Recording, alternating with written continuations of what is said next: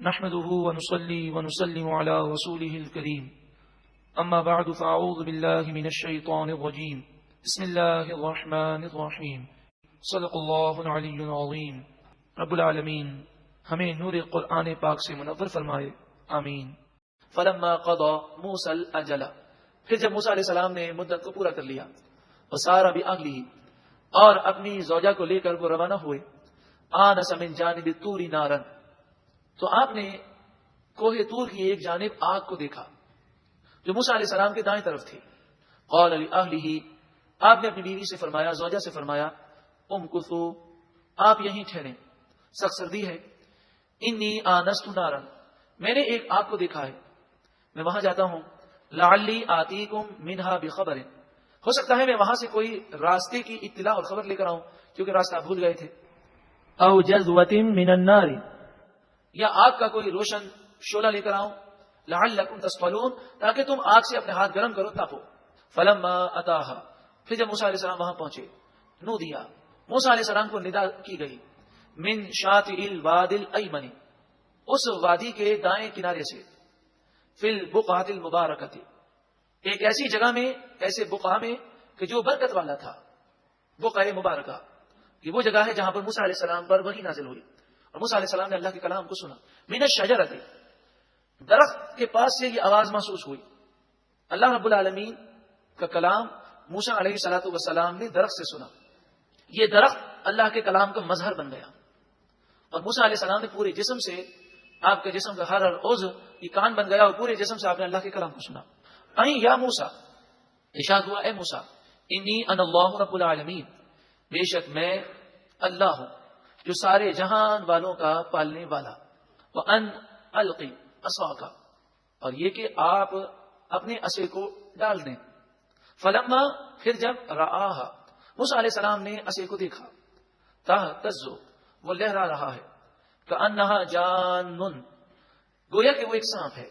در حقیقت گویا کہ اس لیے ہے کہ جو 1 میل تک لمبائی ہو، وہ بہت زیادہ موٹا ہو اور جو کلام کرتا ہو، موسیٰ علیہ السلام سے گفتگو کرتا ہو، تو یہ سانپ کی طرح تو ہے مگر یہ سانپ سے بھی ممتاز ہے اور اس کی ہیبت سانپ اور اژدہے سے بھی زیادہ تھی. وَلَّا مُدْبِرًا، موسیٰ علیہ السلام نے اپنا چہرہ پھیر لیا. وَلَمْ يُعَقِّبْ، اور پیچھے مڑ کر اس سانپ کو نہ دیکھا. یہ فطری بات ہے. مثال کے طور پر کوئی آپ کے سامنے زور سے آپ کی آنکھوں کے سامنے ہاتھ ہلائے تو آپ ڈریں یا نہ ڈریں آپ کی آنکھیں بند ہو جائیں گی. تو یہ ایک فطرت ہے، تو اس فطرت کے تحت آپ پیچھے مڑ گئے. یا موسیٰ اقبل، اے موسیٰ آگے دیکھیں. ولا تخف، اور خوف نہ کریں. تو فطرتی جو خوف انسان کے اندر ہوتا ہے اس کا اثر دکھایا گیا. انک من الآمنین، بے شک آپ امن والوں میں ہیں. اسلک یدک، اپنے ہاتھ کو داخل کریں، فی جیبک، اپنے گریبان میں، اور پھر دائیں ہاتھ کو بائیں ہاتھ کی بغل سے ملا دیں. تخرج بیضاء من غیر سوء، یہ ہاتھ نکلے گا سفید چمکتا بے عیب، بغیر کسی بیماری کے وہ چمکتا ہوگا. وَضْمُمْ إِلَيْكَ جَنَاحَكَ مِنَ الرَّهْبِ، خوف دور کرنے کے لیے اپنا ہاتھ اپنے سینے پر رکھیں. تو موسیٰ علیہ السلام نے جیسے ہی سینے پر رکھا خوف دور ہو گیا. وہ وقت اور آج کا وقت ہے، کسی شخص کے دل پر بھی ذرہ برابر بھی خوف آئے تو آپ نے دیکھا ہوگا وہ اپنا ہاتھ سینے پر رکھتا ہے. تو یہ موسیٰ علیہ الصلوۃ والسلام کو جو حکم ہوا اس کی برکت ہے کہ سینے پر ہاتھ رکھنے سے خوف دور ہو جاتا ہے. حالانکہ سینے پر ہاتھ رکھنے سے کیا ہوتا ہے؟ اللہ تعالیٰ نے اس کی تاثیر پیدا کی. فذانک برہانان من ربک، آپ کے رب کی طرف سے یہ 2 دلیلیں ہیں، معجزات ہیں. الی فرعون وملئہ، آپ فرعون اور اس کے سرداروں کے پاس جائیں. انہم کانوا قوما فاسقین، بے شک یہ فاسق لوگ ہیں، گناہ گار ہیں. قال ربی، موسیٰ علیہ السلام نے عرض کی میرے رب، انی قتلت منہم نفسا، بے شک میں نے ان میں سے ایک جان کو قتل کیا. فاخاف، تو میں ڈرتا ہوں کہ مجھے وہ تبلیغ دین نہیں کرنے دیں گے. ان یقتلون، کہیں وہ مجھے قتل ہی نہ کر دیں تو میرا مشن یہ ادھورا رہ جائے گا. واخی ہارون، اور میرا بھائی ہارون، ہوا افصح منی لسانا، اول تو اس پر کوئی قتل کا الزام نہیں. دوسری بات یہ کہ ہارون فرعون کے محل میں نہیں رہا، لوگ بنی اسرائیلی اسے بنی اسرائیلی سمجھتے ہیں اور مجھے تو وہ فرعون کا بیٹا سمجھتے ہیں. تیسری بات ان کی زبان جو ہے وہ فصیح ہے. حضرت موسیٰ علیہ الصلوۃ والسلام بولنے میں دقت محسوس کرتے. ہوا افصح منی لسانا، وہ زبان کے اعتبار سے میرے مقابلے میں زیادہ فصیح اور بلیغ ہے. فارسلہ، تو اسے نبی بنا دے. تو فرمایا کہ نہیں نبی تو آپ کو بنایا گیا. تو آپ نے فرمایا پروردگار اسے بھی نبی بنا دے مجھے بھی نبی رکھ تاکہ یہ میرے مددگار ہو جائیں. فارسلہ معی ردءا. اب جو نعوذ باللہ من ذالک یہ کہے کہ نبی کی دعا سے کیا ہوتا ہے نعوذ باللہ من ذالک. تو دیکھیں حضرت موسیٰ علیہ السلام نے دعا کی تو حضرت ہارون کو نبوت مل گئی. فارسلہ معی ردءا. اے پروردگار تو ہارون کو میرے ساتھ مدد کرنے کے لیے بھیج دے. یصدقونی وہ میری تصدیق کریں تاکہ بنی اسرائیلی بھی میرے ساتھ ہو جائیں اور وہ فصیح و بلیغ بھی ہیں تاکہ فرعون ان کے سامنے لاجواب ہو جائے. انی اخاف ان یکذبون. بے شک مجھے ڈر لگتا ہے کہ وہ میری بات کو جھٹلا دیں گے. قال فرمایا سنشد عضدک باخیک. ان قریب ہم آپ کے بازو کو آپ کے بھائی کے ذریعے مضبوط کر دیں گے یعنی آپ کے بھائی کو ہم نبی بنائیں گے. ونجعل لکما سلطانا. اور ہم آپ دونوں کے لیے غلبہ پیدا کر دیں گے.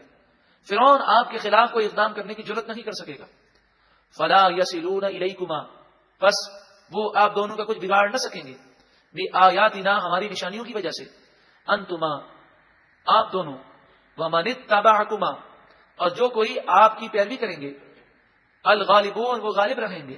فلما جاءهم موسیٰ بآیاتنا بینات. جب موسیٰ علیہ السلام روشن اور واضح نشانیاں لے کر آئے.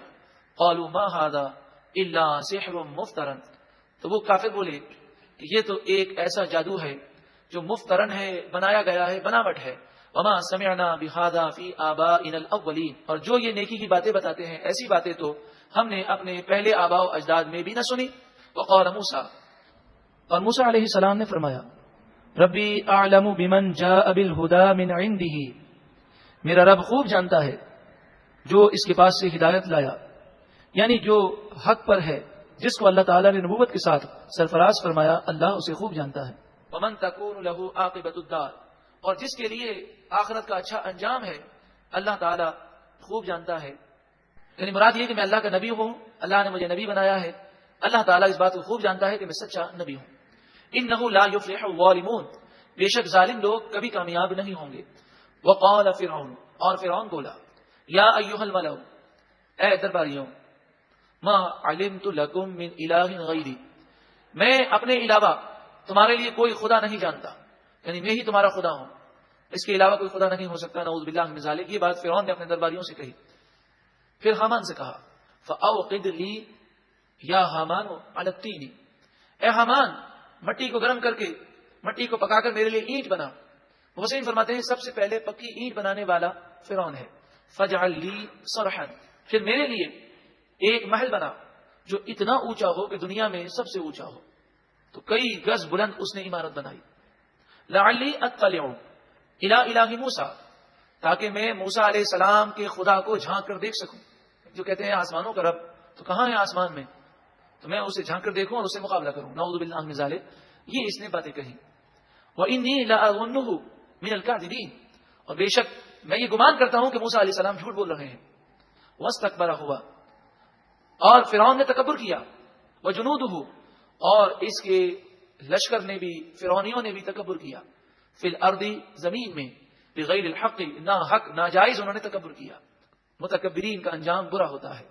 وظنوا اور انہوں نے یہ گمان کیا انہم الینا لا یرجعون کہ بے شک وہ ہماری طرف نہیں لوٹائے جائیں گے.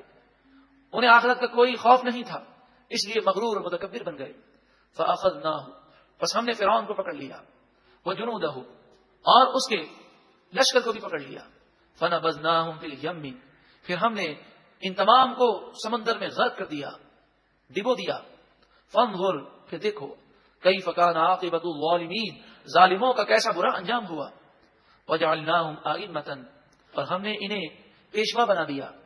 یدعون الی النار وہ جہنم کی طرف لے جائیں گے. مراد یہ ہے کہ یہ سردار اور یہ فرعون جس کی وجہ سے لوگ گمراہ ہوئے تو یہ کل بروز قیامت اپنی قوم کا قائد ہوگا اور یہ آگے ہوگا اس کی قوم پیچھے ہوگی اور سب جہنم میں جائیں گے. ویوم القیامت لا ینصرون اور قیامت کے دن ان کی مدد نہ کی جائے گی. واتبعناہم فی ہذہ الدنیا لعنہ اور ہم نے اس دنیا کی زندگی میں ان پر لعنت کو ڈال دیا تو دنیا میں اللہ کی رحمت سے معروم رہے کہ ان کا مال اللہ کے غضب سے انہیں نہ بچا سکا. ویوم القیامت ہم من المقبوحین اور کل بروز قیامت وہ برے لوگوں میں سے ہوں گے جن کا انجام برا ہوگا. فرعون کے واقعے میں عبرت ہے انسان کبھی اپنی دولت پر، اپنی جوانی پر، اپنی تندرستی پر، اپنی صحت پر، اپنے مقام مرتبے پر غرور نہ کرے. جو رب دینا چاہتا ہے تو دے دیتا ہے، جو دے سکتا ہے وہ لے بھی سکتا ہے، وہ جب چاہے لے لے. بندے کو چاہیے کہ ہر وقت وہ عاجزی کرے. اللہ کو مغرور اور متکبر لوگ پسند نہیں ہیں. عاجزی کی یہ معنی ہے کہ تمام لوگوں میں سے سب سے حقیر انسان اپنے آپ کو سمجھے، تمام لوگوں میں سب سے کمزور اپنے آپ کو سمجھے، اپنی زبان سے، اپنے کلام سے، اپنے ہاتھوں سے، اپنے ہاتھ کے اشاروں سے، اپنے کسی عمل سے مسلمان کو کبھی تکلیف نہ دے، کسی کی آہ نہ لے. کبھی کبھی مظلوم کی آہ ظالم کو تباہ کر دیتی ہے.